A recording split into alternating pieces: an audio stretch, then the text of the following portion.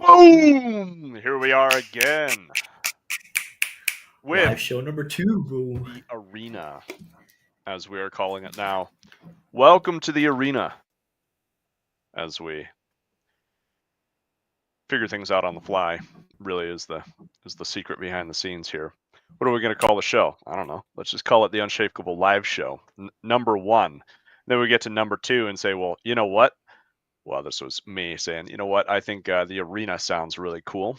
Welcome to the arena, where you go to be a better man. And PJ liked the idea overall. And so here we are.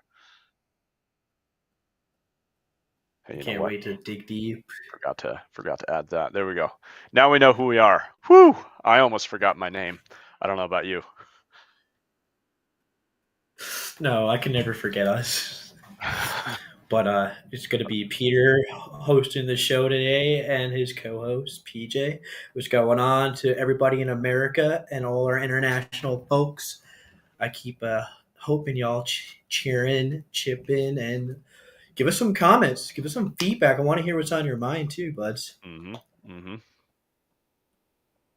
Yeah, absolutely. But Anytime you can comment, and it shows up for us here in our studio, and we'll pull you into the conversation. So don't be shy. Unless you're freaked out by it, then you can send us an email. Peter at unshakable.pro. If you want to send questions, topics, ideas for shows, feel free to do that. So, and PJ, where do they go to support you? Check out Reality Dreamers podcast on Spotify. Check me out on Twitter on Reality Dreamers. I am also on Instagram. Soon, by the end of the month, crossing my fingers on the Discord, baby, so that we can have some private one-on-one with the community on things that you guys want to change in 90 days and have an arena / safe space to discuss your issues, your obstacles, your trials and tribulations to be 1% better than yesterday as a person and as a man or a woman, if you guys are interested. But today, I'm going to dissect with my man Peter, understanding the shadow self. So, Peter, excuse me, we've been chit chatting. I've noticed a lot of people that I know, friends, acquaintances that are, I don't want to say struggling, it's more like a slump. Almost like a cloudy sky, depression going over their heads, where they're looking up at this peak of the mountain and they don't even know where to move forward, how to move forward. And they look left and the right of them and they see their friends and family succeeding, doing things that they yearn for, that they want, that they desire, but there's no action. It's like a revolving cycle of the depths of Dante's Inferno. I've been there. I know we've had similar experiences, but I want to dive deep into that. I love hearing you discuss, dissect, giving us confidence. But take it away, my man.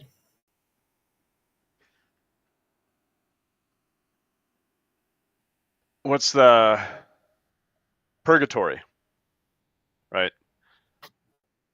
The Catholics have the idea of the purgatory, right, where you go to be purified, which I'm not here to make a theological dogmatic argument, but right, it can feel like that existence of purgatory, right? As you said, Dante's Inferno, and it's not necessarily that you always know that you're struggling, but there's definitely a feeling of like life isn't what I want it to be, and I'm not where I want to be, and it can move further into a place of feeling like I thought I would be more of a man by now, right?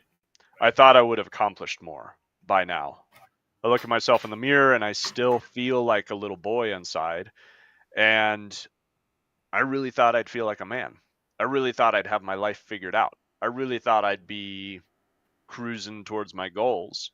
And I get on Instagram or whatever your drug of choice is with social media, and I see other people that are cruising towards their goals, and maybe they've got a family, maybe they've just, they've got a relationship, whatever it is, and it's Instagram, so everything looks great, and I don't, and then it spirals deeper.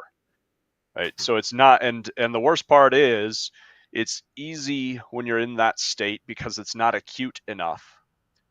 It's easy in that state to put on a mask and say, I'm fine. Because I want to try to figure this out on my own. Because I don't want to open up and say, I am actually struggling. Because from the outside, it can look like, no, I'm fine. I'm figuring it out, but I'll be okay. Right? And maybe you will, maybe you won't. But more often than not, you won't unless you reach out for help, because that's what we're all founded on, right? We all need brotherhood. We all need support. We all need community. There is no path forward without a good community that's going to be there to lift you up, and to hold you to a higher standard of yourself. You also said looking up at the mountain peak. Honestly, I think if you can see the mountain peak, that's a good sign already. So if you're in that state where you can actually see your goal and you know what it is, give yourself the pat on the back, right? Just compliment, like really celebrate yourself that you even have that clarity. And if you're sitting there going, shit, I don't have that clarity, don't give up hope, right? Wherever you're at, that's the best place to be. Is really is the bottom line. To just do the whole spoiler alert here, that's where I'm going with any of this. When you find yourself in the slump, you find yourself in the rut, it's the best place you can be, because you're there for a reason. And it's time to be present to it, because when you're in that slump and in that rut is when you have that gift of being present to your own pain and being present to your own being present to your own inner self, so that you can grow and you can increase your capacity, which means you increase the state of your own state of being. You elevate your own self.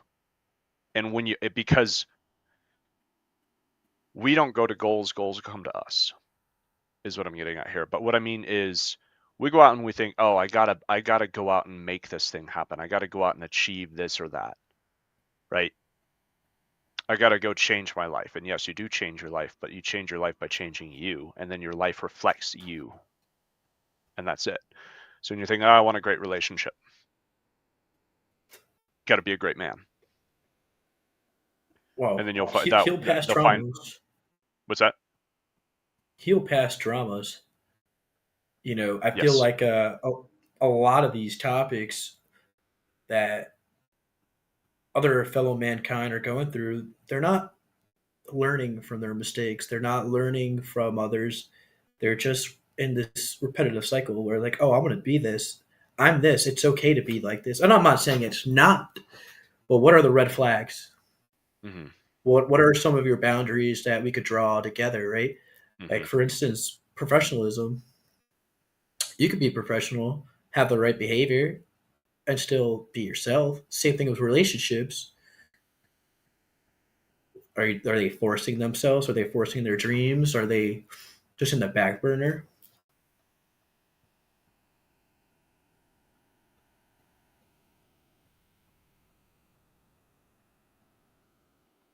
Elaborate on that last bit.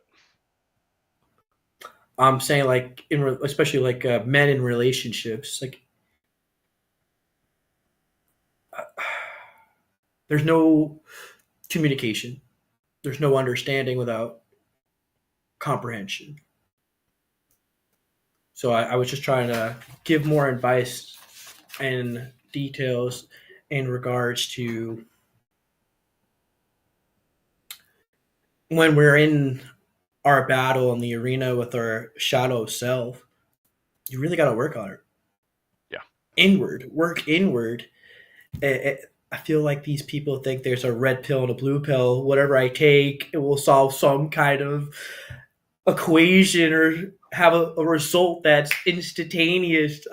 Like, Mm-hmm. Jesus Christ, mate. This is not no doom scroll. This is like, we're going to dig deep. We're going to force you Mm-hmm. guys to understand yourself. Comes back to the word confidence. Confide is understanding. So what you just said. If you're looking for confidence, and my big issue with a lot of this red pill stuff is that it's all a show. How do you look more like a man? Which is, how do you put more time and effort into a mask, which is just fake and false at the end of the day. And the scared little boy inevitably shows through that mask, and you see it with a lot of these people. Or maybe you do, maybe you don't. You gain the sight, and you'll definitely see it. And you gain the sight by seeing yourself. You gain the perception, the piercing perception of, is this person real?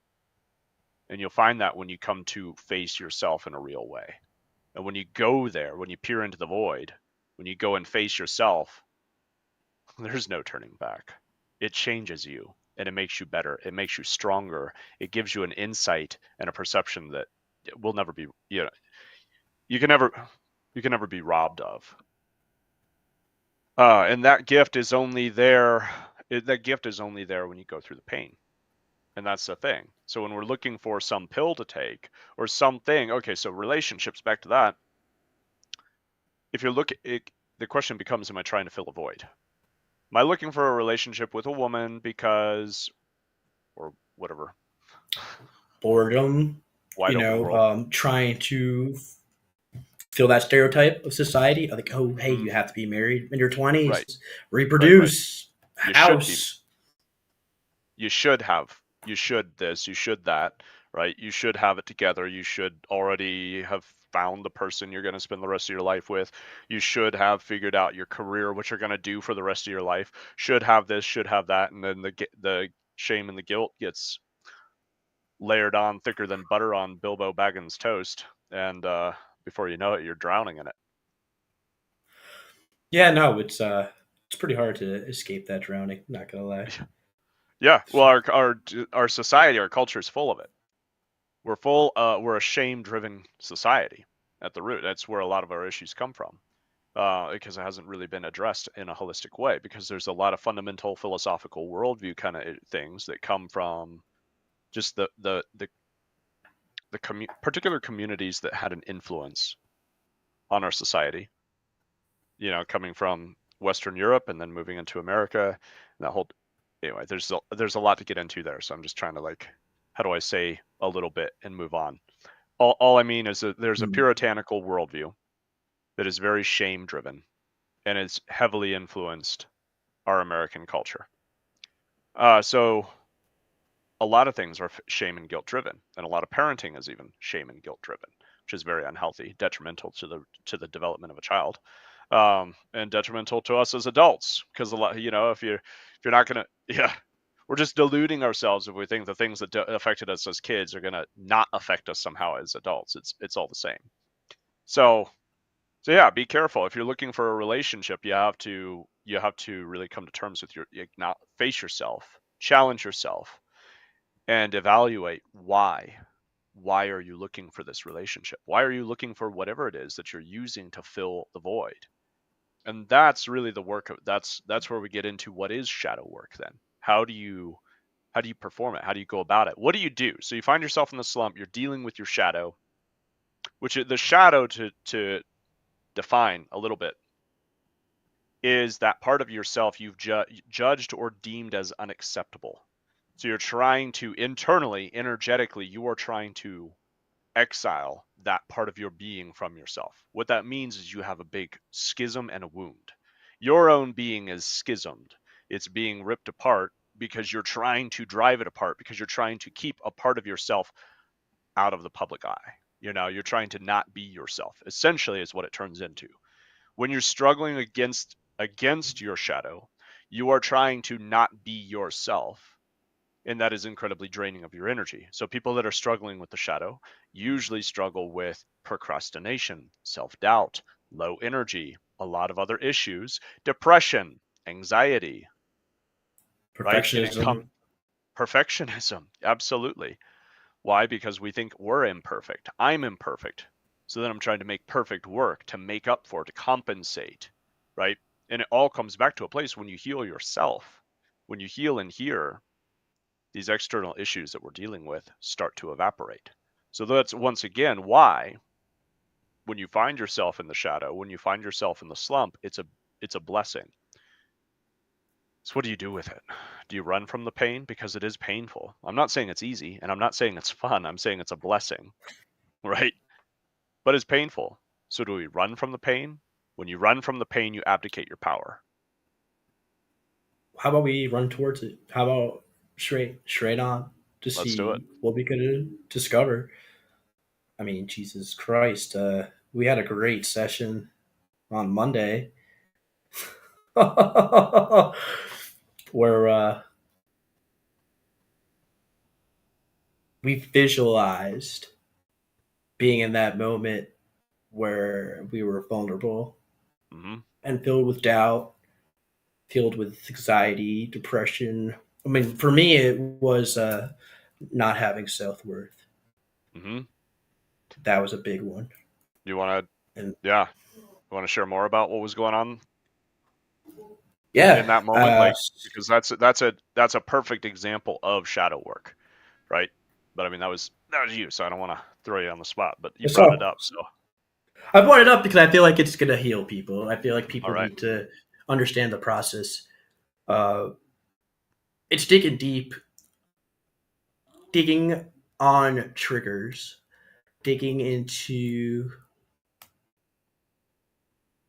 part of ourselves that, like you said, we threw away. We're separative from the cognitive to the subconscious. And part of my issue was, like I said, self worth, not feeling good enough, not feeling like I matter. And part of that was not having, I say, brotherly bonds, strong friendships, or I just didn't realize I actually had really good friends. I still talk to some of these guys back in childhood, but it was not being accepted in kindergarten, getting bullied, coming home with bloody noses, black eyes, because I had hearing aids in my ears, that I was different, that I was a freak. Mm, And then trying to come home and looking for a sense of relief and not having my dad around when I thought it mattered. But he was just trying to provide. And I stunk lower and lower in that depression mm, over the years. High school was great. Middle school was rough. That was probably like the most suicidal I've ever been, mm, other than like one aspect of college. But I never maybe I never talked about it right in therapy. Maybe I never healed correctly in the process when I was doing therapy because I've been in therapy for so long. Different social workers, different therapists, and then now I'm in the process where I'm trying to figure out my goals, figure out how can I make my dream a reality while being concerned about financial issues, insurance, etc., because of my disability, and then getting constantly rejected out in the market and in relationships, like slap in the face left and right, like man, I don't even. And I think the worst part is like in my early 30s, I don't have school where I could go see my friends and be like talk about our issues or our problem. I'll talk about it with my therapist. That's once a month at this point if I'm lucky, mm, because she's expensive. We got bills to pay, and it's worth every penny, right? But you took me back to that zone, that state of fear, that state of anxiety, that state of depression, the state of where I was. In fact, a little scared boy in my case. mm, Um, we dug in how I should have been there for him, how I am there for him, how I'm growing, how I never really had a dream. I just talked about things, never had an action step. I was like, yeah, I'm gonna be successful. I'm gonna be rich. I'm gonna have my own company, and I never put a step forward. Uh, and then it's with a lot of things. I start something, I get all excited about it. I'm like, check this out, and then it dwindles and it disappears because there's nobody along that journey. Then you mm, lose yourself. Then you get rejected, or then you start pushing stuff out there, and there's echoes. And that's why I've always related to my depression as Dante's Inferno, where I'll feel like I'm getting out of the abyss of the seven layers. I crawl my way out of one or two, and then I might drop down, maybe three or four, depending on how I processed my emotions back then. And then we did the shadow work together, where my present self reached out to that little boy that was scared. mm, That's going to be okay. That I'm working with the right people, that the right people are aligned at the present moment, that things take time, that the journey is full of trials and tribulations. and that there is a support system. Or if some people don't have a support system, you could find the support system. There's plenty of other applications, platforms, and people that want to help you. And if you like us, reach out to Peter Lynch, reach out to me on our platforms. He's on Unshakable. I'm in Reality Dreamers. Come on this journey of self healing and finding out who you really are, being better than you were yesterday. And Peter, like you just let me be in that vulnerable state without judgment. Let me process it. Didn't I didn't feel embarrassed. I didn't feel like I couldn't show these emotions in front of another man. I didn't feel um, persecuted for not processing it fast enough. You let me take my time. Mm. You let me dig deep. We did breath work, correct? We're just breathing techniques and kind of like rectify. Hey, I felt like I was depressed, but it became a gift. Mm-hmm. In my depression and my anxiety, it was a gift that, hey, I could empathize, I could sympathize, I could reach out to people, that I'm able to be this outgoing, charismatic character because I have suffered, that I want everybody to feel connected, that in connections, in communities, we build together, we struggle together, we grow together, we transmute, we evolve. And that's what I got out of that session on Monday. That that little boy has me. That little boy has Peter. That little boy has my family. That little boy has people that loves him. I just don't appreciate. There's not enough gratitude. I want to circle back to that. Gratitude is something I think we need to be more present of. Mm. That, hey, we got up today. We got up today for ourselves, and we got up today for the people we love.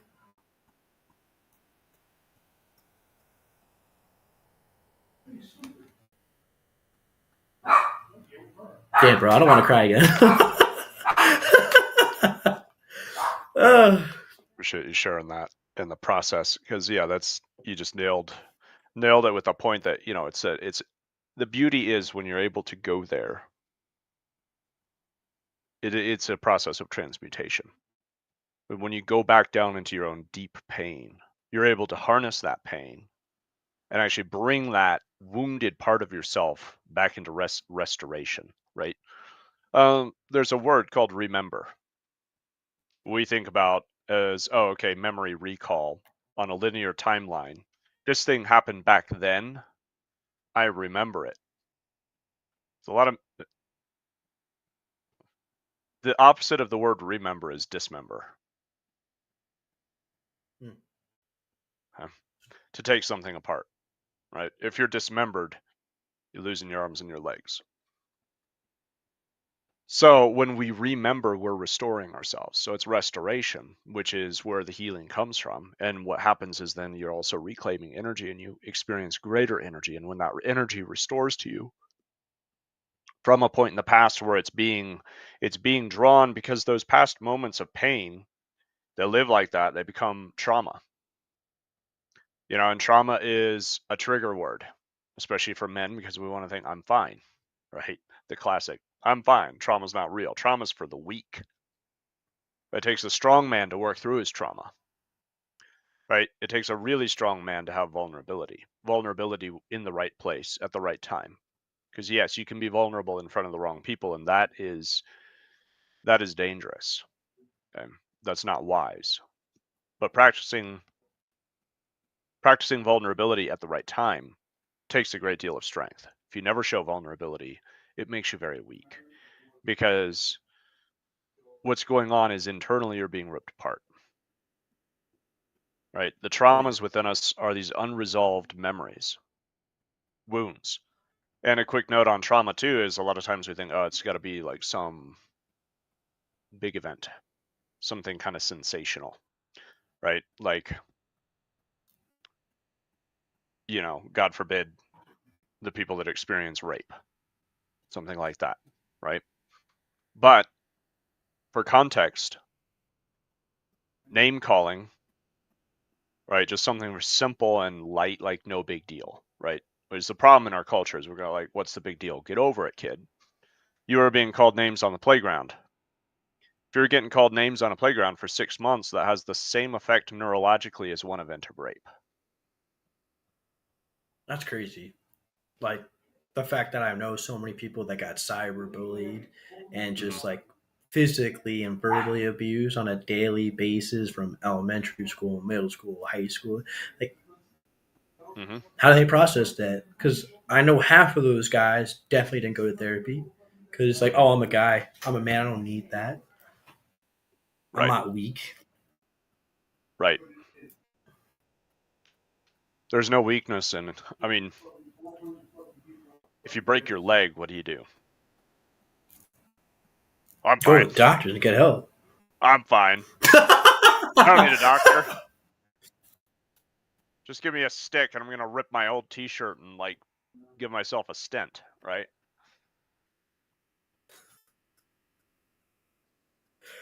Nah, you go This to has the got to damn make you doctor. sometime. Get a cast, right? You're not going to set your own leg, like, you know. But we have this attitude that like emotional wounds, nah, I'm fine.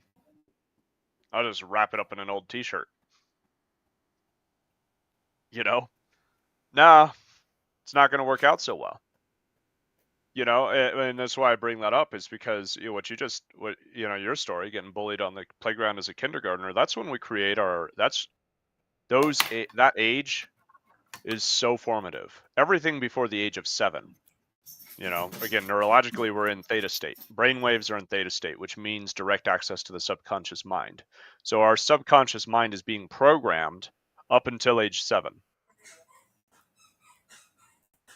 You spend the rest of your life dealing with running, operating that program that was installed, embedded, designed when you're 3 years old or when you're on the playground as a kindergartner, 5, 6, like that's your worldview. That's your idea of self-worth. So you have these events happen, which it's like, as adults, we look back at it and we're like, yeah, I came home and my dad wasn't there. What's the big deal? But as a little kid, it means something to you. And that's a whole nother topic of what meaning do you assign? And that's part of where freedom comes, is to start to realize what meaning am I assigning? And that I have the choice, I have the free will to assign meaning to the events that happen in my life. And when I assign the meaning becomes real. And so then life becomes the meaning that I'm assigning, right? So I can find freedom by recognizing that I'm assigning false meaning. And that's actually part of the definition of insanity. Being crazy is assigning meaning where there is none. Excuse me. So we all have rather crazy moments if we're real and honest with ourselves, where we're assigning meaning where there is none. You know, but we have to. It's this interesting balance between the harsh light of accountability and truth, and the care of compassion, right? Because there's the harshness of coming in and just strictly evaluating. Here's what it is, right? Here's what happened. Here's what I was doing, and you have to be able to do that. You have to take out the scalpel and dissect things, and it's hard to do for yourself. That's again why there has to be accountability. Every man needs accountability. Otherwise you're setting yourself up for dramatic failure. Because if you think you can hold yourself accountable, you're already deluded. Nobody is there, nobody can do it for themselves. So we all need accountability. We all need a good there's two things. Accountability, which is who are you accountable to? That's really a mentorship role. That's a big deal, not to be taken lightly. The second piece is find a good brotherhood, right? Peer group is the other term for it. But as men, I'd rather just speak to it as it's a brotherhood, right? Brothers are those who are going to really lift you up to something greater. A true brother. You can have friends, and those are the guys that, yeah, you can have fun on the weekend, but they're not willing to get uncomfortable. Okay. Because is what PJ was, what you're just saying, like having the ability to be that uncomfortable, but be in that space where it's also safe. Why is it safe? Because I go there too. Right? So once you go there, once you go to that deep place within yourself, you learn the compassion and you can hold that space for others. But you cannot give what you do not have. So that back to fatherhood and leadership. That's why it's so important for us men to heal ourselves first. You know, if you fly in the plane and they give you the safety thing, they're always say, when it comes to the air masks dropping down, they always say, fit your mask first, right? Mm. Yeah. And I thought that was really weird as a little kid. I was always like, because I kind of had this hero complex. Like, now you got to go around and save everybody else first. What about some old lady who can't fit her own mask? Yeah. And then what? And then you're the dude on the floor passing out because you had to go be a hero. You know what I mean? Ultimately, you're just making it about yourself. It's an ego trip. So there has to be humility. Growth doesn't happen without humility, and the humility is painful. So the men that try not to be weak will always find themselves weak because humility is deeply painful, right? And it takes humility to acknowledge I am weak. But when you acknowledge I am weak and I have pain and I have wounds, I have emotional trauma, you've taken the first step to finding your strength. So it's counterintuitive, as so many things ironically and interestingly are, right? When we seek strength, we find weakness. When we lean into our own weakness, we find a strength that's undescribable. And you will never even be able to touch on it until you've gone through the fire. Oh, yeah. Or you're just still burning and you're learning about your utility belt as it goes along, right? Like, holy snap. Like, I can't tell you how many times I was like, Jesus, like, why does this make sense? But why does it take so long for it to make sense? To lean in on your gifts. But I think that's what Peter does the best is unlocking that potential that you already have. She'll say it time and time again. You guys already have the answer. What are you waiting for? It?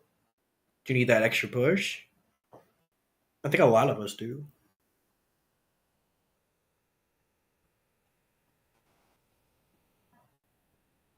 That's if we look at the hero's journey in storytelling, made a story, something we both like.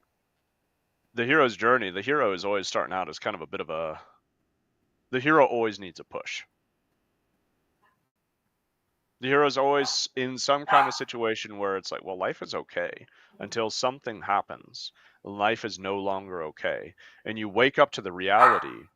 Usually there's an awakening up to the reality that there is actual malevolence, right? Which is that life is full of pain and hardship, and it's up to you to do something about it, because being a boy is not going to carry you through the rest of your life, right? Because being a little boy is when you still get to be dependent on mom and dad, and other people are taking care of you, and you get to kind of live this carefree life. And the hero's journey, usually, classically, is also a coming of age journey. You know, there's a lot of them that they coincide. The coming of age happens at the same time as the hero's awakening. Why? Because it's the boy waking up to realize that he's a man, or it has the potential to be a man, but he's also coming face to face, coming to terms with the realization that he's not yet a man. And that's one of these most important things, because it is a realization of inadequacy. But it's not an inadequacy of like, I'm not good enough, but it's simply a recognition of I have so much more to grow. And there's a nuance in that. There's a fine shift, because the one is just self-condemning. It's more the guilt and the shame. Let's slather that on and just drown in it. No, thank you. Right? You're not good for anybody, least of all yourself, when you do that. So, right? So that's not what we're here to do, but rather to acknowledge how much more there is to grow, right?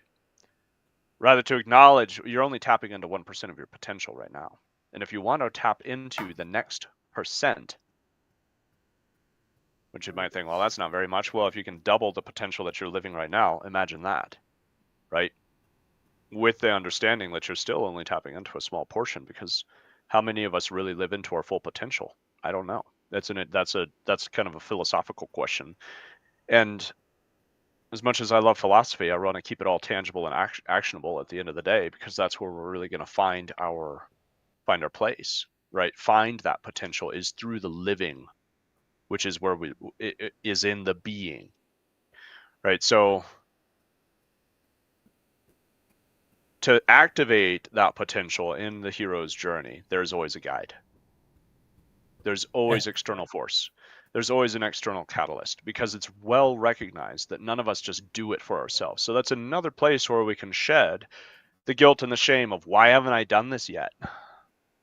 And we have these quotes like, what are you waiting for? An invitation? Sometimes an invitation, you're right, is just what you need, ironically.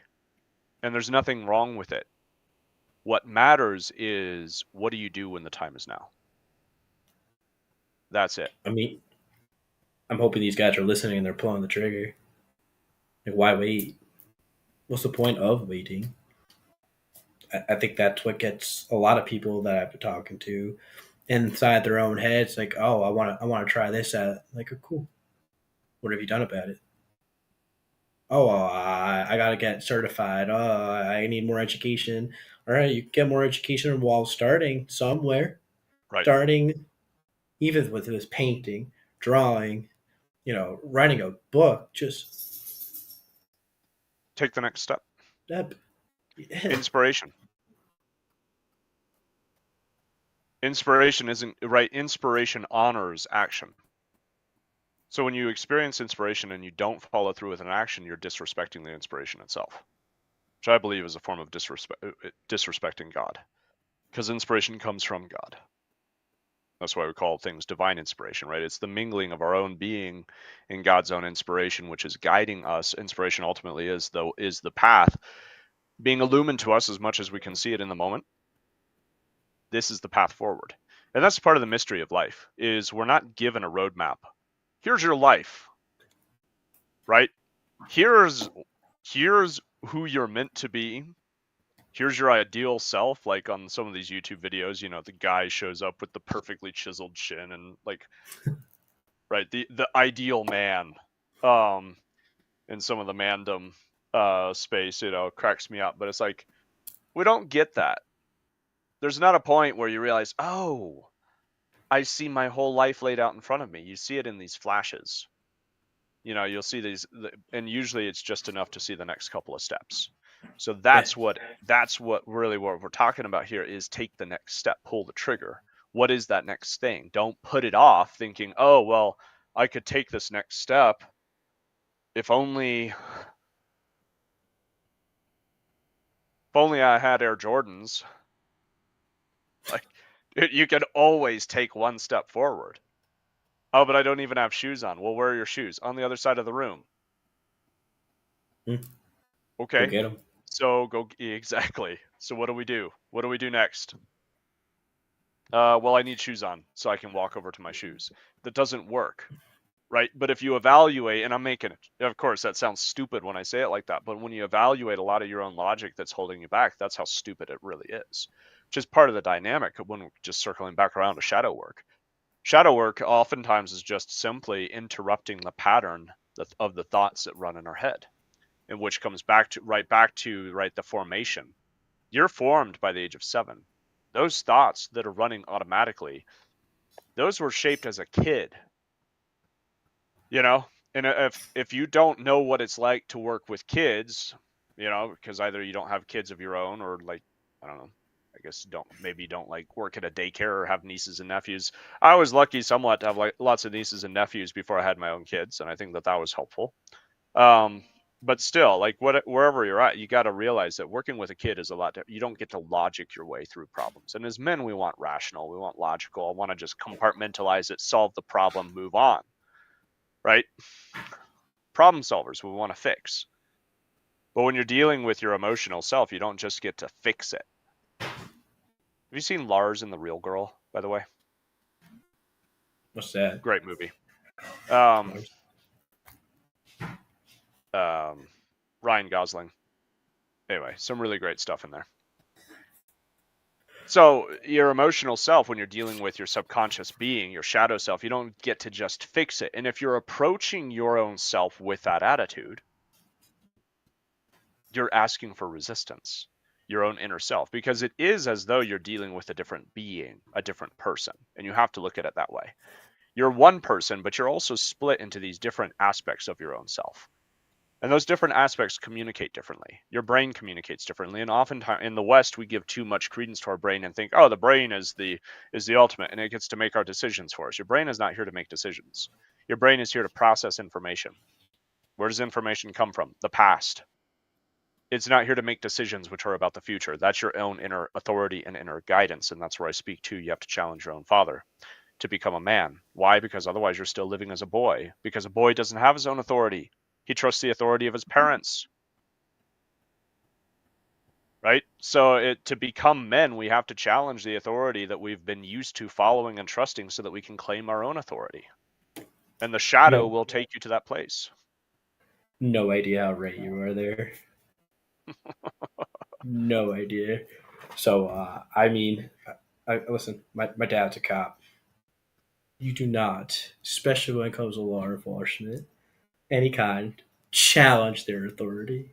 And I have to say, with like the last year and a half, I've done that more so than I should.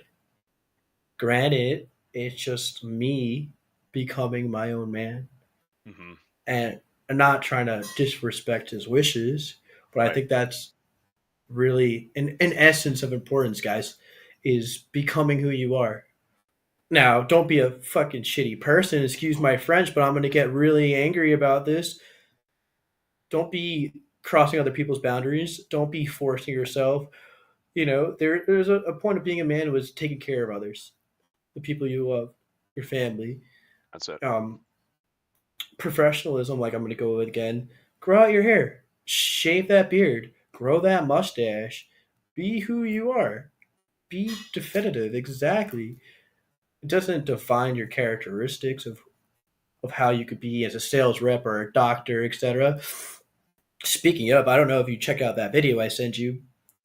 A couple of therapists were saying that they would rather have the rucky tatted doctor do a surgery on them because they have to try that much harder than the guy who's clean cut.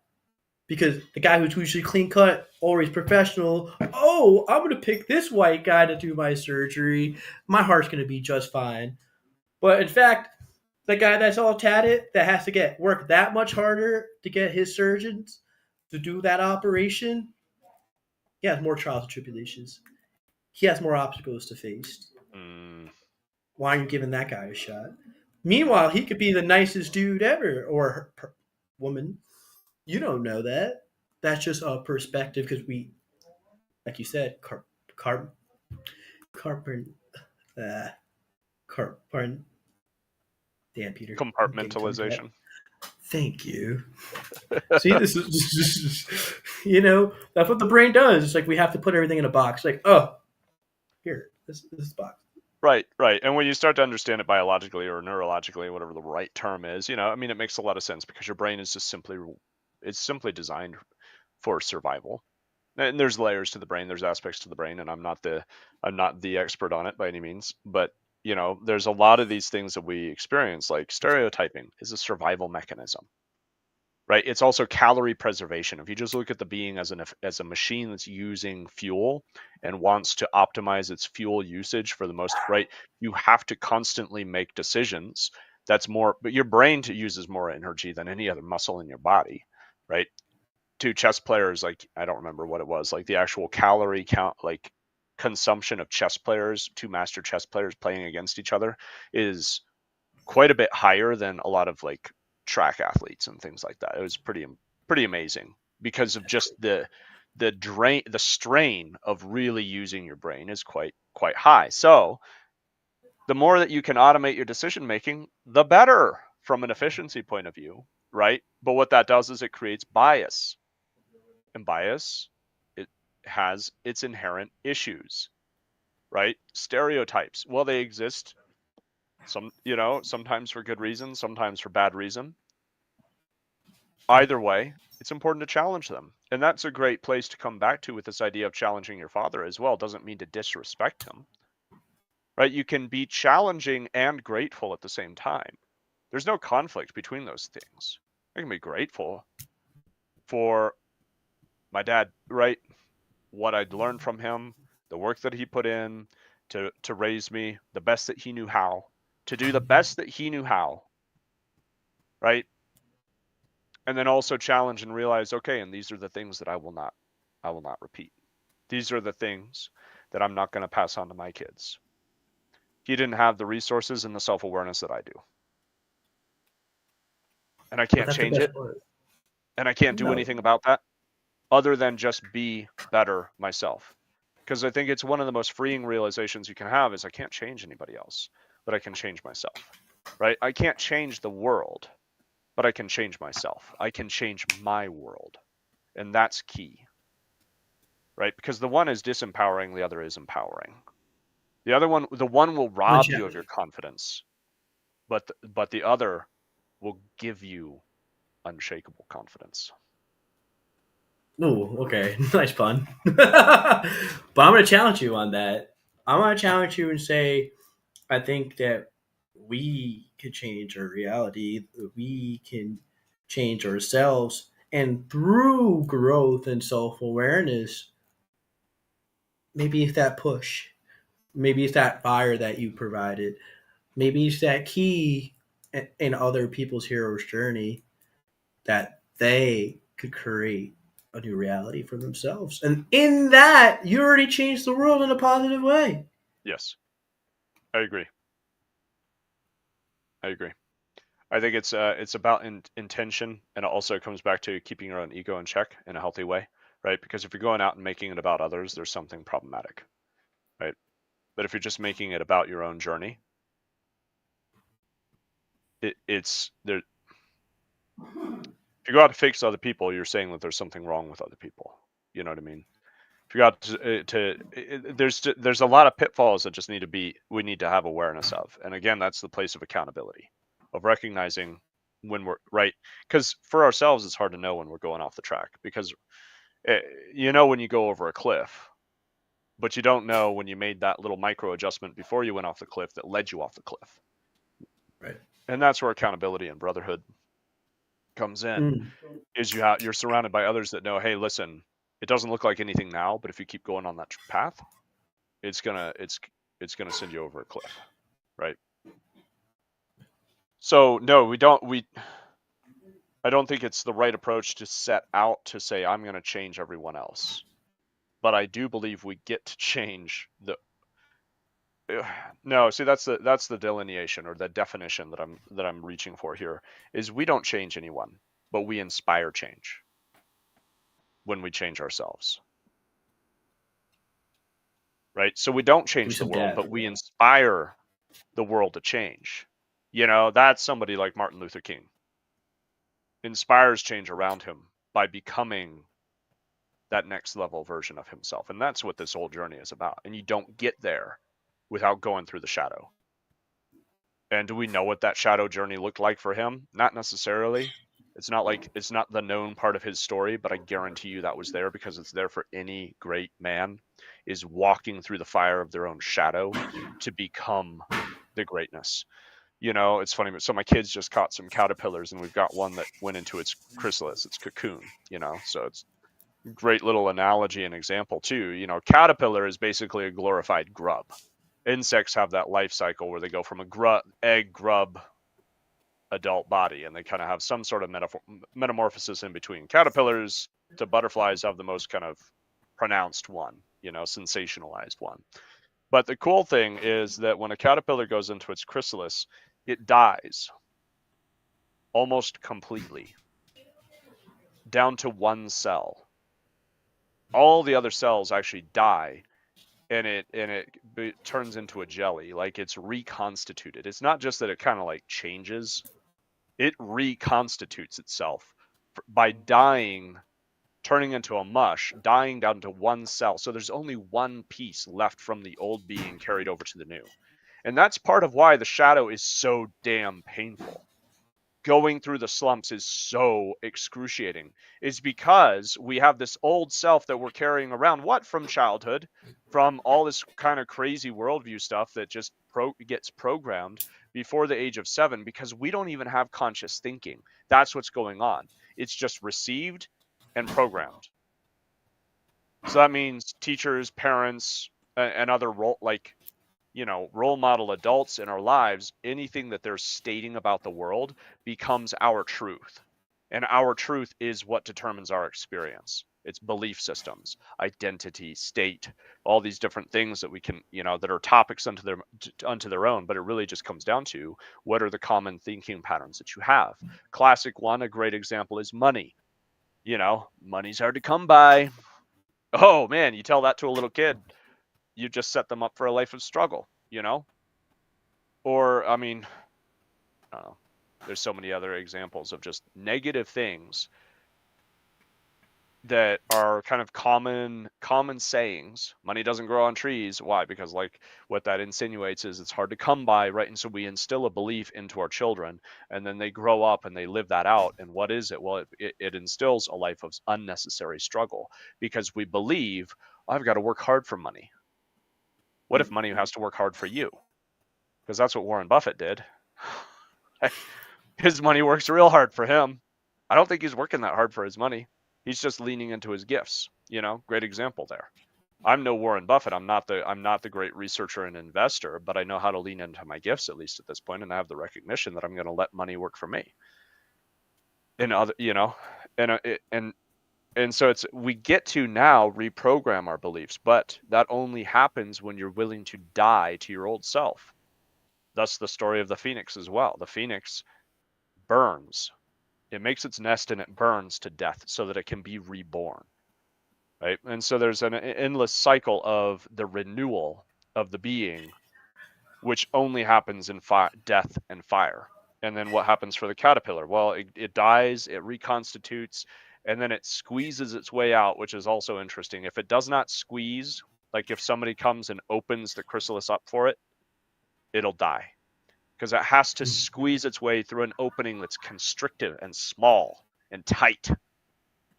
Otherwise, it's not, the juices aren't squeezed through its whole body and it won't live, right? So it has a very practical effect by squeezing through this tiny little pinhole that it makes for itself in its chrysalis so that it can come out.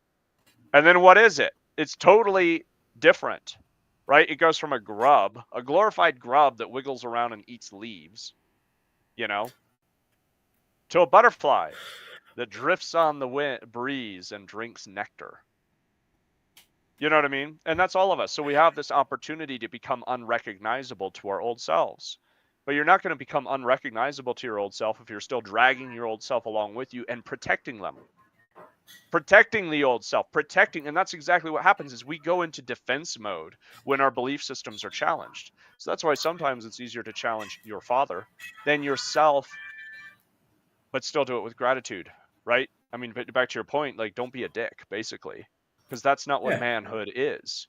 And another point you made, which is excellent, is really that the role of man, is to use our strength and our power and our gifts for the benefit of others. That's greatness. It's not about getting what you want. That's the tragedy, again, of manosphere or whatever this garbage is on YouTube, where all these stupid videos are about how to get women. Why? Because you just want to satisfy your own little selfish desires for having as many women as you can have? How about having a meaningful relationship? How do you do that? Well, you become a real man. How do you do that? Well, you take care of your woman even when you don't want to. You're there for her even when it's hard. You go through the pain of having a real relationship instead of just shacking up and getting your physical pleasure and then knocking off when it gets tough, because why deal with all that? Marriage is hard, right? And it's rewarding. Fatherhood is hard, but it's damn well rewarding. So being a man is not about just claiming power and getting what you want. It's about really using your gifts, your talents, your strength, your capacity for the benefit of others. Again, as it says in the scripture, no greater love does a man have than to lay down his life for others. And we get many ways to do that. It doesn't mean actually physically dying for other people, but it does come back to, are you willing to lay down your life, die to your old self for the sake of others, right? And that also comes back to the idea of self-love. Do you really love yourself? Are you willing to die to your old self to be that better self, right? Which self do you love, right? Which self do you love more? Yeah. And then also, bring it into context with, and this is why, we've done things like the 7 levels deep. The question becomes, well, if you know that you have a purpose and a calling, when you start to realize that, maybe you don't have a family yet, maybe you don't have kids to necessarily motivate you, galvanize you into action of realizing, okay, I have to die to my old self because that's my way of laying down my life for my children, right? Which is my way of living out that love, which is the highest calling, which is a whole nother thing that we've got to talk about more, because love is a word that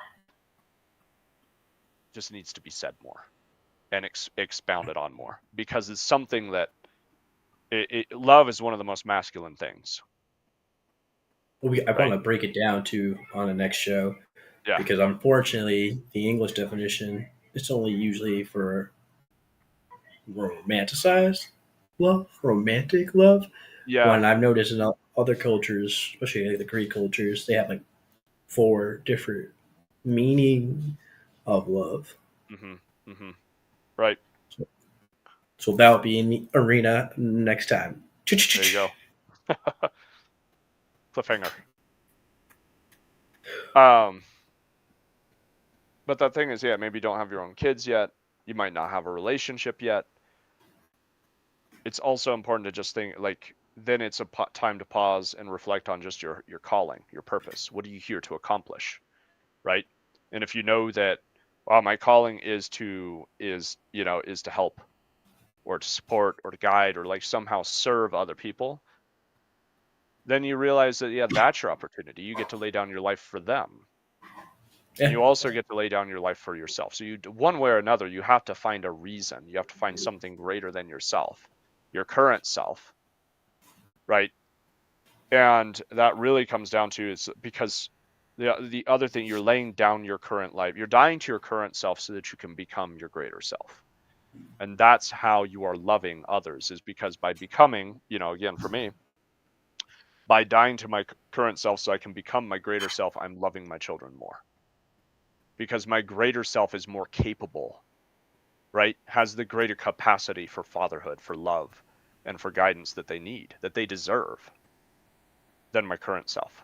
And so it's a perpetual journey of growth. preach that. I'm glad to hear that, man. Honest to God, I don't think, especially in our society, there's not enough actual fathers. Mm. It's just people that pretend to play that dad role and walk out, or just not even support, or they just Yeah, half-ass it. They half-ass it because they're struggling with their own inner demons. right. And might not know how to struggle with those inner demons, right? And that perpetuates guilt and shame. And inevitably it comes to a head. Like, inevitably, you can't just suppress things forever. It will come out, right? Energy must flow. Emotion is energy. So you want more energy, you want more confidence, you want more power, harness your own emotion. That's part of the thing, right? Guys are, and we struggle with emotion as men because we think, because there's taboo around it, especially if it's negative. If it's just like anger and rage, well, I mean, that's demonized in our culture too. That has its purpose in its place. But there's also sadness or crying, right? Which is actually very cleansing for you. There's a lot of just different emotions that we're very uncomfortable with. But by being uncomfortable with, we're essentially just uncomfortable with our own energy, which is our own power, which comes back to the shadow state and the shadow self, and being divorced within ourselves, disconnected within ourselves. And so we're disconnected from our own source of energy and struggle as as a result of that. And so by being uncomfortable with emotion, we're essentially just uncomfortable with our own power and energy, and which just comes down to, we don't know how to harness it. Fear usually comes from a place of ignorance. If we're ignorant of something, we don't understand something, we're afraid of it. So if we don't understand emotion, we become afraid of emotion because we're powerless to it. But when you gain understanding, you gain confidence, and you gain, you gain the you gain mastery. Yeah, over time through experiences, and I have to say, the older I've gotten, I don't think a lot of women are used to seeing men being emotional. Hmm. And it's funny because I have a lot of girlfriends per se, and they're like, I love it that you're so emotionally intelligent. I'm like, cool, you understand me, but a lot of other people are like, oh, you're not manly, you're not a provider, you're not stable. I'm like, what the hell is going on? Now you got society telling men that yeah, you can't show this side, and then I would say, just for shits and giggles, maybe I'll say 30 to 40% of women that are taking what society is preaching in media, textbooks, and what they see from their other peers that, hey, these men that are too emotional, that are showing their vulnerable side, they're not men. They're not somebody you should associate yourself with. And that hinders our growth. That hinders who we are and our self discovery. We can't talk about it with the guys because maybe we're not in that arena, that safe space with those brothers yet, or they haven't gone through it. And then when you think about, oh, women are supposed to be a nurturing aspect, where is that now?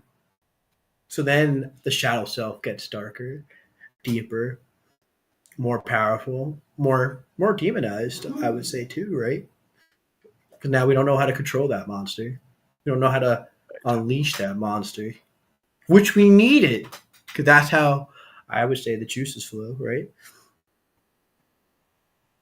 Or it's the dichotomy of the hero is a monster. Because the hero is one who has faced himself. He's faced his darkness, he's faced his monster, and has harnessed it and learned how to direct it in the right way. So if we just fear our monster, then yeah, we're at the mercy of it. And so that's part of it's a nuance. So yes, women are nurturing as archetypes, right? Archetypally speaking. So let's preface that a little bit here, right? Masculinity is all about exploration, Hmm. expansion, hunting, conquering, right?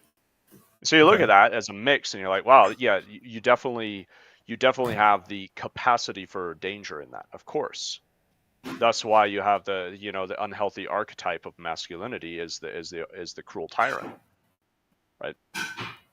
But the healthy archetype is the wise king, which comes back to what you were saying earlier. Manhood is not about just getting what you want, it's about giving. The wise king has open hands. He is sharing.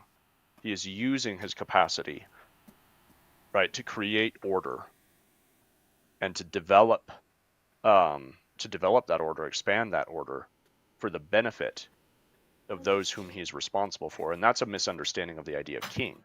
King isn't somebody who, now, the abuse of power, has it happened? Yes. Have kings abused their power? Yes. Have there been kings who just use their power to sit on the top, so called, of the hierarchy and reap the benefits? Yes. But the truth of kinghood is the recognition that you are not at the top, you are responsible for everyone in your kingdom, right? So then it's not that you get to just reap the benefits of being the alpha male and all this kind of misunderstood, terminology that's thrown around, but it's rather about recognizing that being the king is the fulfillment, right? What do men want? Ultimately, we want to leave a legacy. You get old enough and you will know that deeply. But we as young men have this drive to go out, to explore, to create, to dominate, to define ourselves, right? To make money, to find a woman if you haven't found one, right? Um, there's all these primal drivers for young men, and there's stages of the journey of manhood, right? Then you start to make money, You find a relationship, and there's a different aspect. You enter a different phase of your life. But every man, when they reach the end of their life, they know very acutely that they're here to leave a legacy. And so you'll meet, and the difference is you'll have those who are full of regret and guilt. Mostly regret. Regret is the most painful thing, and it's why it's important for us when we're in our younger years to start to look at and visualize, well, what does your deathbed look like, right? Not to be morbid, but to be very real. Okay, what is the legacy that I actually want left? How do I want people remembering me? So I can start to work towards that now and be aligned, live a life in alignment instead of just pretending I have all this time to what? Go waste it? Because when we think we have all this time, we just waste our time, you know? But when you realize I'm here for something greater and you can start to embody that now, every man wants to leave a legacy. Young Why guys not? are just, like there's a point where you're just too dense to even realize that that's a thing. Let's just be straight up. That's a young man. Okay, speaking as a man, young men don't even realize. That's why men need initiation. Every ancient culture has a rite of initiation, which is the realization that, listen, you are not here just for you. You're here for the community. And if you don't figure that out, you're not welcome in the community. And that's different than this whole conversation of like alpha, sigma, sigmas are lone wolves and all that kind of stuff. And we should talk more about that too, because it's a very interesting topic. It's not, once again, it's not the way that social media plays it out. So many of these things are just vastly misunderstood and turned into some kind of really stupid hype. Um, Sigmas are part of the community as well. Sigmas need initiation just as much as anybody else. They just have a different role in life, and that's the key. It's not about who's powerful and who gets women. Like that's what it's reduced to, which is such a joke to me. Like alphas is just who's more successful with women. Is really all that's boiled down to, which is such a base, banal way of looking at the world, which is a sign of immaturity. Any man who's still viewing the world but through the lens of which men are better at getting women are very immature men who have never grown to the point of realizing that they're not here to just get women.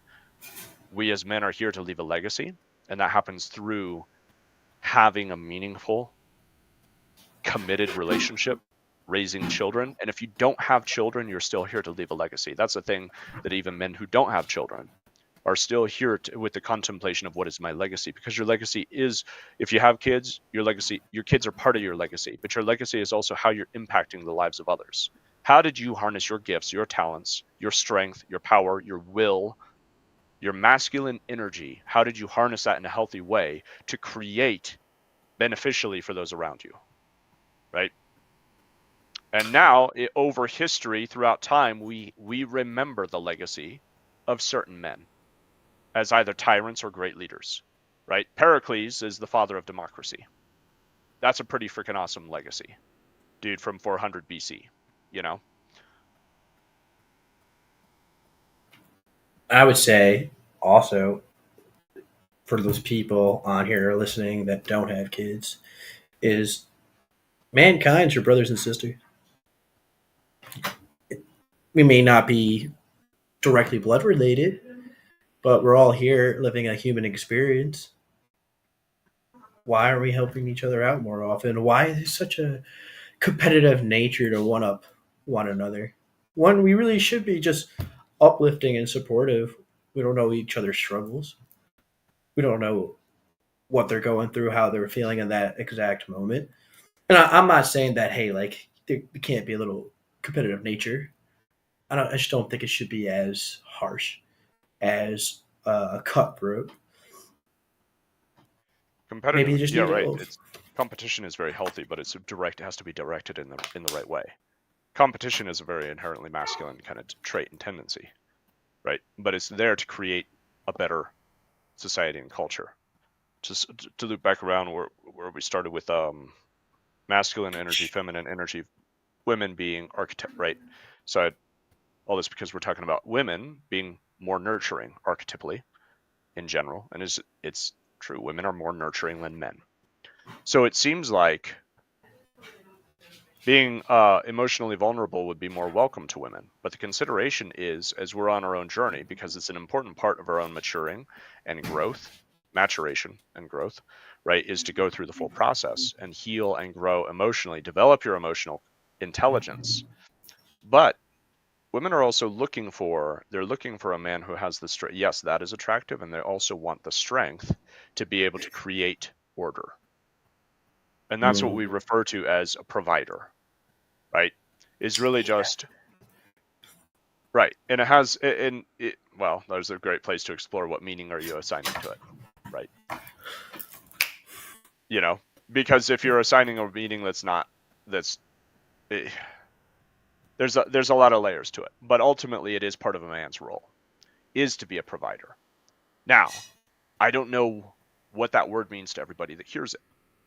So that's going to bear some more definition, right? But come back to masculine energy is there to explore and to create and has this dominance aspect to it. The dominance is what I'm referring to there is more order, the ability to create, define order.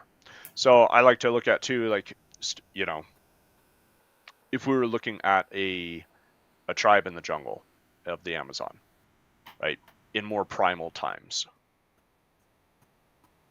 the man's job is to go out and hunt. Yeah.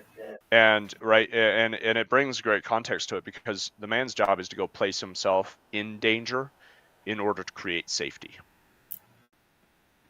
Yeah. Right. Right, to create and sustain safety.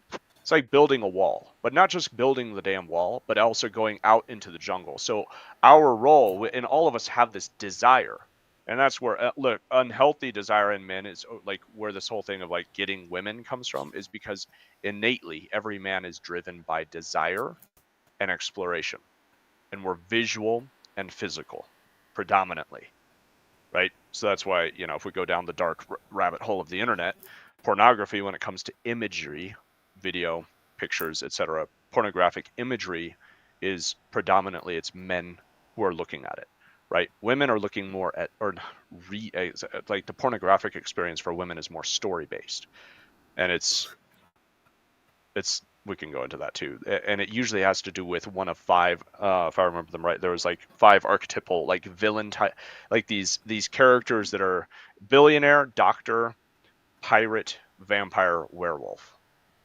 Oh my God, And no. it's a monster, that they get to tame, Yeah. right? That's it. Now it's not always an unhealthy, right?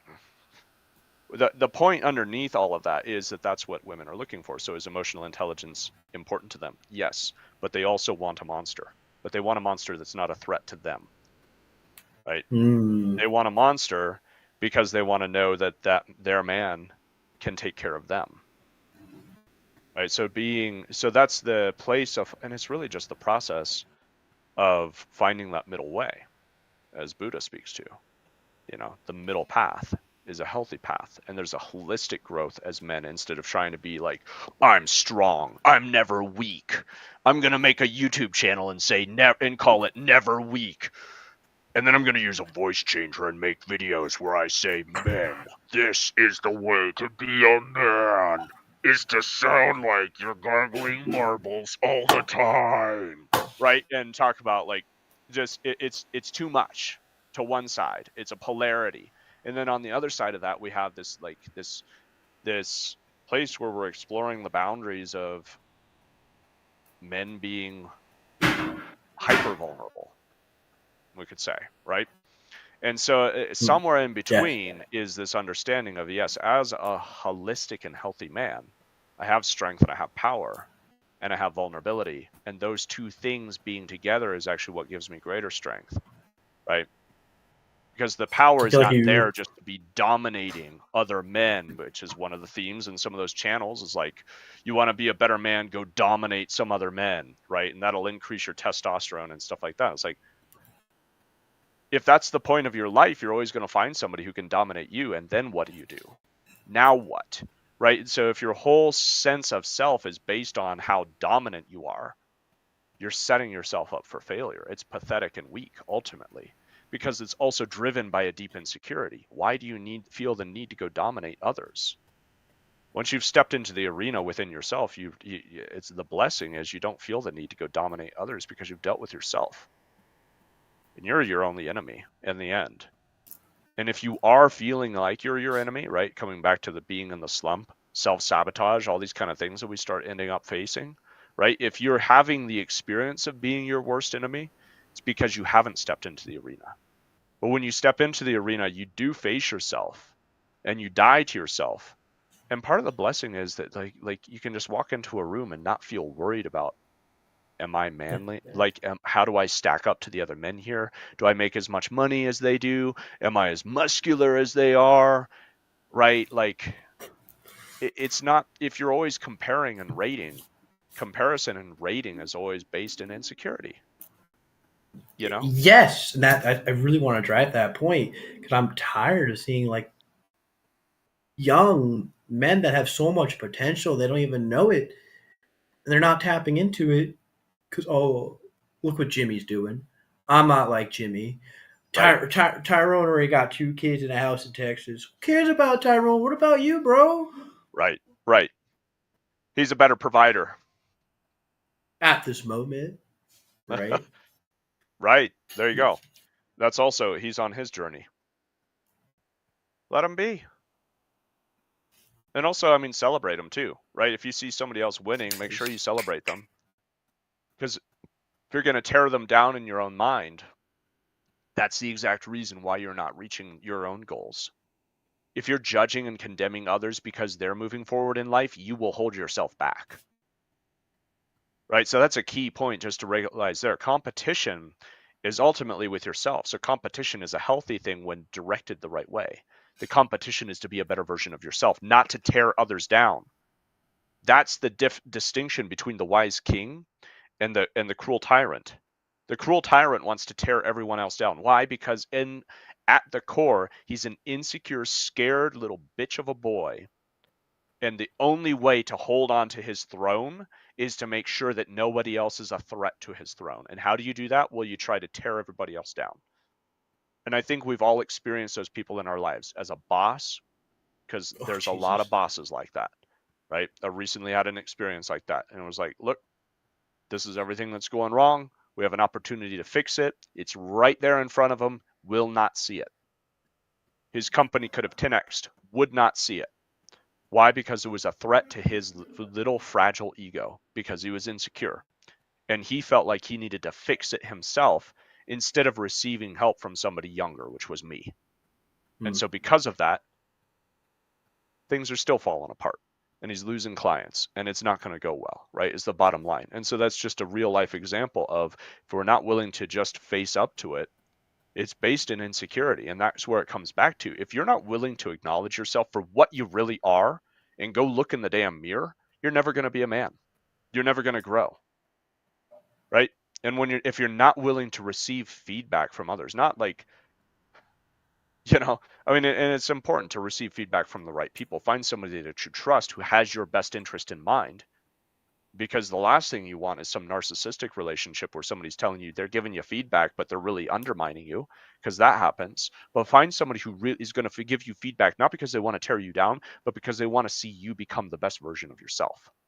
That's the person that you want to keep them close, because that Yeah, that relationship is gold. and at least follow up if you're going to be giving some positive feedback. Like follow up, be like, hey, just checking in. I think a lot of people don't understand that. Like, hey, we're going to tear somebody up like that, even if it is for their best interest. Check in. How you doing mentally? I know that was a lot, but Yeah, I'm doing this to help you out. Like I'm doing this because I want to see you succeed. I want to see you be a better person. I think absolutely. a lot. There's no sympathy, right? A lot of people just have like this power trip, or oh, I'm right. Okay. And if it's about being right, you're wrong.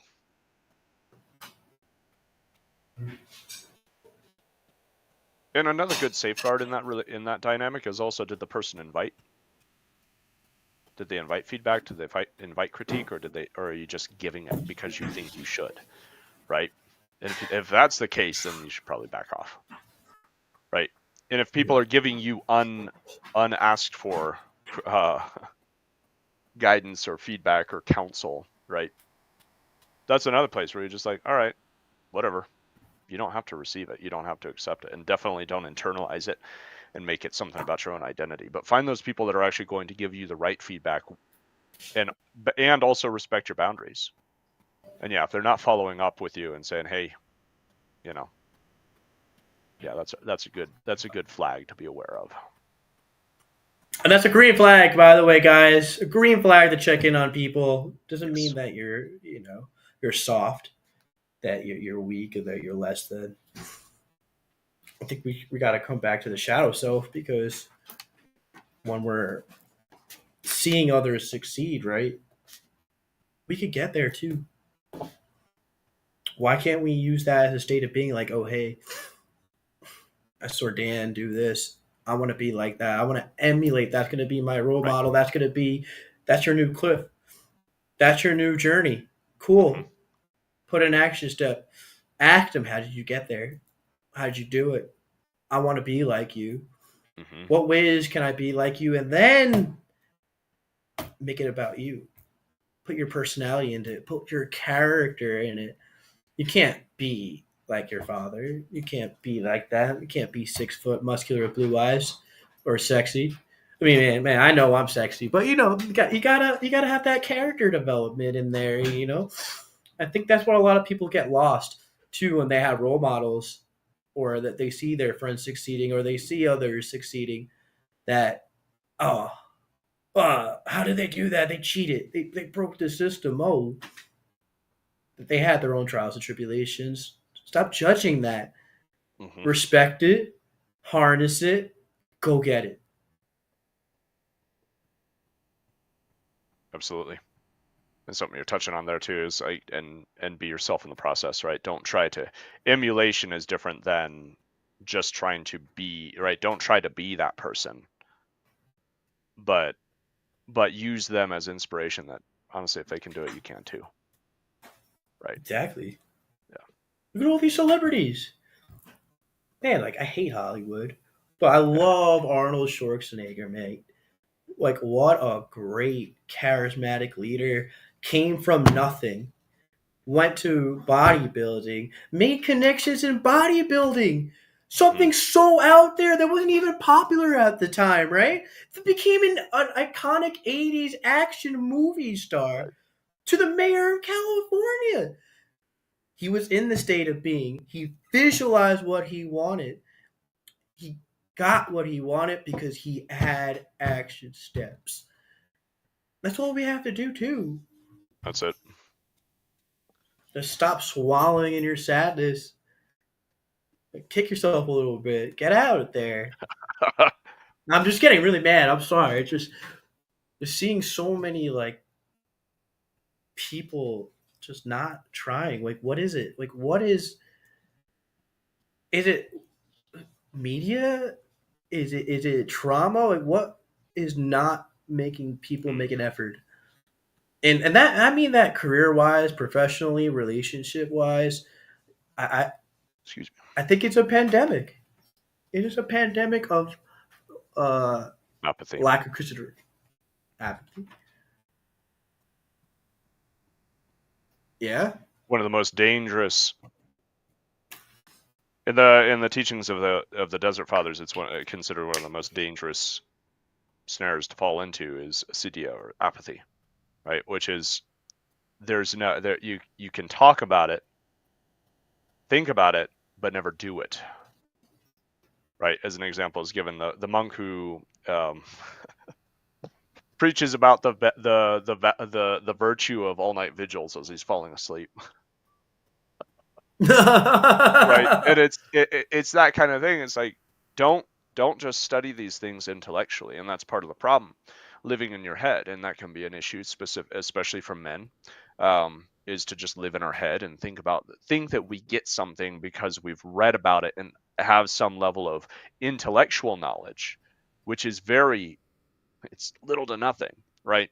You have to turn the water into wine, which is through the experience, and it becomes spirit, right? It becomes part of your being, part of your spirit, part of your self, and part of your ethos, which is way of being. So There's this idea is thrown around a lot that mindset is everything, and I would counter that and say it's nothing without action. And so your ethos is everything, and ethos means way of being, or we could just put it in state of being, which comes back to, as we were saying last week, we're not humans being, we're a human doing, right? Or sorry, we're a human being. I just got hit by a wave of like afternoon tired. Um, No but snacks. but it's this, yeah, it's state equals action. So there's an epidemic of being in a state of inaction. Where's that come from? And how do you snap out of it? Because you have to. Well, it's again like, I'll take a step once I have shoes on. Well, where are your damn shoes? Across the room. Well, take a step to go get your damn shoes on, right? Just look at it and ask the question quite simply, which is the form of prayer when we get tripped up about, like, what is prayer? How do you communicate with God and all these things? Well, just ask a question. What can I do next? And then follow the inspiration. That will break the inertia and the cycle of apathy and of not doing, right? Because too often we blow our dreams, our goals up to something bigger than they are in our own head, and they become attached to our ego. And we think, oh, well, it needs to be this way or it needs to be that way. And I get it because I live that and I struggle with that. And I have to hold myself accountable on this. Excuse me. In the process of recognizing that your goal that you have right now is really just, a lot of times it's just to get you to move, get off your ass and do something. And then as you start moving towards it, you'll realize, oh wow, it's now all of a sudden it's changed a lot. But if I hold on to the Yeah. original goal with like this, right, with this, oh, because I'm a man and I make what I say happen, you know what I mean? Like, or if whatever the attitude might be behind it, the reason why we say I'm going to do what I originally said I was going to do, you're short selling yourself, and you're not engaging with life, because life is fluid and dynamic, and it grows, it twists and turns, and ultimately that leads you to a greater outcome than you could ever lead yourself to on your own, right? So that's the place where being strategic is great, but don't only be right. You have to let go of your own strategy in order to accept and receive what life is giving you for your own benefit, which Preach. oftentimes is so that you can shift, you can pivot, and find a new nuance or a new aspect of the work that you're doing that's going to open up greater opportunity for you. But you'll never receive that opportunity if you're still obsessed with that one little rock that you found early on, and you're like, oh, this is everything. It's the old Chinese proverb, you can't fill the cup that's full, Yeah. right? So if you're still you know, full of shit with your first goal, you're not going to reach a better one, and then that also comes down to insecurity as well. Like a lot of times, it's scary to let go because of that's a recognition or an innate Yeah. acknowledgement that the first achievement is nothing compared to the greater achievement that is in front of you, right? So it's like cresting one mountain peak and realizing, well, there's a whole mountain range. So yes, Yeah. I climbed one mountain. That's really nothing in comparison to how much more is out there. And that's the great men compared to the insecure men. The insecure men sit on top of that mountain and try to keep everybody else down so that they don't realize there's a mountain range behind them. Because guess what? If somebody else summits the mountain, they're going to realize, oh, there's actually a great big world out there, and you've only climbed one mountain. You know what? That's pretty significant still. Like, good job, right? Let's celebrate the win, but also move on, instead of Yeah. sitting there in insecurity and trying to hide the reality from others that, oh, there's a great big world out there, anyway. So it's just yeah. No, I love that. I think a lot of times men just don't realize that, it's just about the journey. Hmm. It's about the journey. All right. Yeah, you had one idea, you had one dream. That could change. That could evolve. That could transmutate to something new. All doors open when you start taking that action step. And like one of my favorite people to talk about is Brian Carlson and Aaron Paul. They were two leads in Breaking Bad. Didn't know each other. Got close. Did 5 amazing seasons. Now they have their own tequila company together. Nice. That's a whole other ballgame. They Yep. open up their own business as actors. I mean, I think that's really cool. Because, Yep. well, why can't the average guy do Right. it? The middle, even if you don't want to do it, at least work on that job you wanted. Right. Work that 9 to 5. If that makes you happy, go for it. Well, why are you waiting?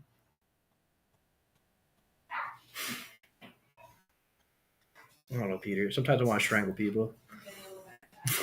The only reason is because we don't believe in ourselves. Ultimately, that's the only. It's the main. It's the only thing that holds us back, is that we don't believe that we're capable of more, Greatness. of Yeah. greatness, and because greatness will require everything from you. And I'd say you put those two things together, and that's where you find the reason why people don't go for more. It's because first of all they don't believe, and then when they start to look at it, it's like if you really want greatness, because there's a lot of people that are good, they hit good and they're not going to go to great.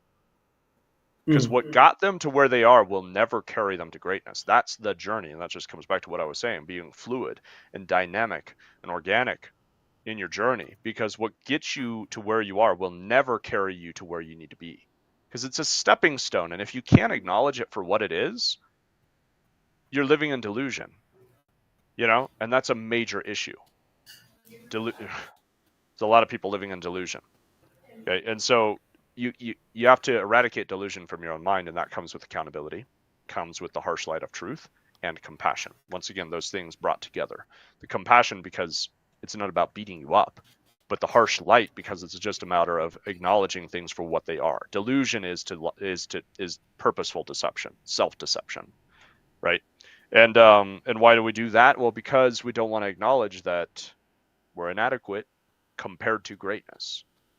Right? So there's the Mm. celebration of good job, right? Celebrate and congratulate yourself for the journey of getting to where you are. And now acknowledge that where you are is only so that you can keep going on the path to greatness. And the path to greatness will require everything of you. It will shake you to the core, right? And so if you're not willing to walk that path, greatness will always elude you. Let me see. I should have brought this quote up earlier.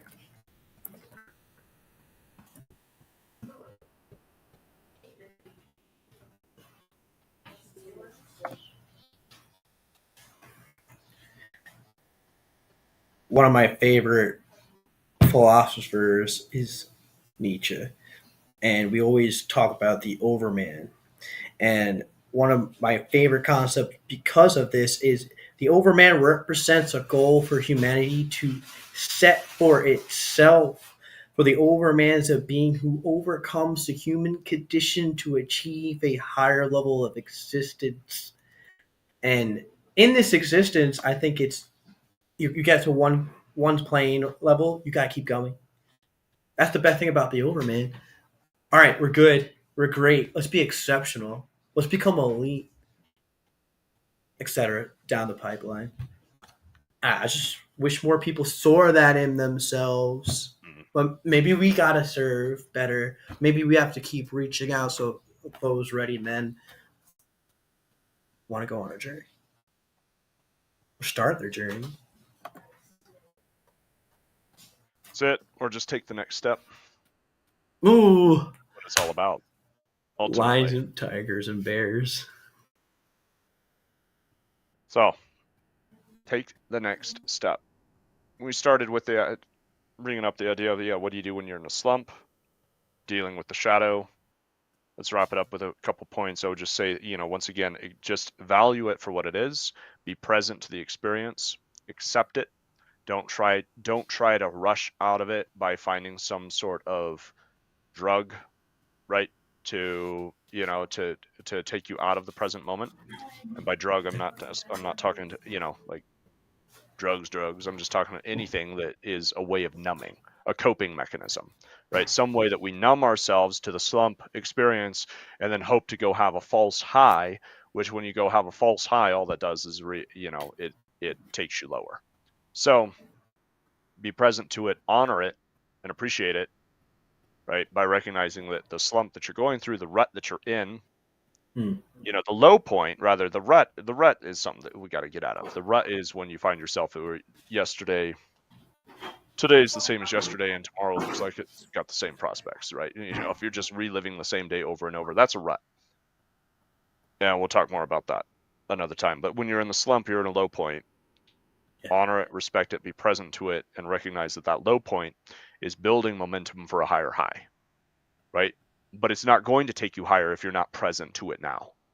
Allow it to take you deeper within yourself so that you can expand your own being and expand your consciousness and be prepared for what's next. Because that's what the low points are there for. They're preparation. Now, if we're not present to it, we're just kind of pissing on the gift, and then we're not being prepared. And then when the thing comes that we were meant for, passes us by because we didn't prepare. So it's going to go find somebody else, right? So honor your slump and leverage it. Leverage it by going inward, doing shadow work, which is predominantly going to be self-reflection, journaling, that kind of work. And if you want to learn more about what does that actually look like, well, then just keep following us for this journey, or reach out directly if you want to accelerate it. You know, um, and lastly, step into now, right? Start envisioning the future, that higher state. Shift your state. Don't dwell in the negative emotion. Allow the negative emotion to be the trigger that takes you inward for introspection and self-reflection, but step beyond it. Don't become addicted to it. Is what I'll speak to directly, is that past experience of being kind of addicted to the feeling of sadness, right? And not wanting to shake it off. I remember sitting on the couch one time in my house in Alaska and realizing I felt really down that day. I felt really just like limp, like a wet noodle, laying on the couch, living a gray, boring, dull life. And it struck me, I'm like, well, I could just get up. Hmm. I went, nah, I'll just sit here. Pretty bad, pretty miserable, pretty low point, right? Nothing glamorous about that, admission. But look, I think we've all had those kind of moments of some form or another, where we're sitting there and we realize, man, I could get up and I could do something about this, but there's an actual addiction to the negative feeling, right? So the way to break that is to start to embody and live into the higher state now, right? Define that. What is that? What is it that you're actually after? State of fulfillment, freedom. What is the experience?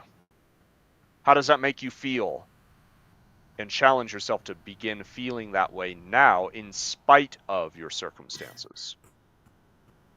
And that's key, in spite of, because if you allow your circumstances to determine your state, you are a slave of your circumstances. But if you determine your state in spite of your circumstances will begin to reflect your state. Preach. I want to just follow up on that real quick. In the state of being, it doesn't have to be something crazy and elaborate or detailed, guys. Make it nice, short, brief, something that could instantly visualize, get yourself in there, in that moment, because it already exists. It already exists because you already thought into existence. So I'm going to share with you what I've created for myself. Is I'm feeling the sea breeze, feet in sand with a Corona in hand. That's it. That's me being in that state of being, and it's easy to create. It's easy to get up. Just go after it. Mm-hmm. Mm-hmm. I love that. I thought you'd get a kick out of that. A little punny, a little bit of punny, Just, I feel like we overcomplicate things. I'm trying to make things more simple. Break it Really? down, right? All the time. Such is life, human nature, man. Yeah. All right. Well, be sure to go check out PJ at what? Reality Dreamers Dreamers. podcast, the Instagram. And if you want to connect with me more, go to unshakable.pro. And just stay tuned for next week. We're working out the schedule, the timing here, but probably anywhere between 3 and 4, closer to 3:30-ish is a good time on Thursdays to tune in, listen in, and we'll be seeing you in between on wherever we catch you. So tune in, leave a like and a subscribe. Hit us up for next time. Share a comment. And if you've got a topic for a future show, or a good guest who would fit in well and bring value as well, hit us up with that. It's all welcome. Look forward to seeing you all next week. Thanks for watching this one. Peace.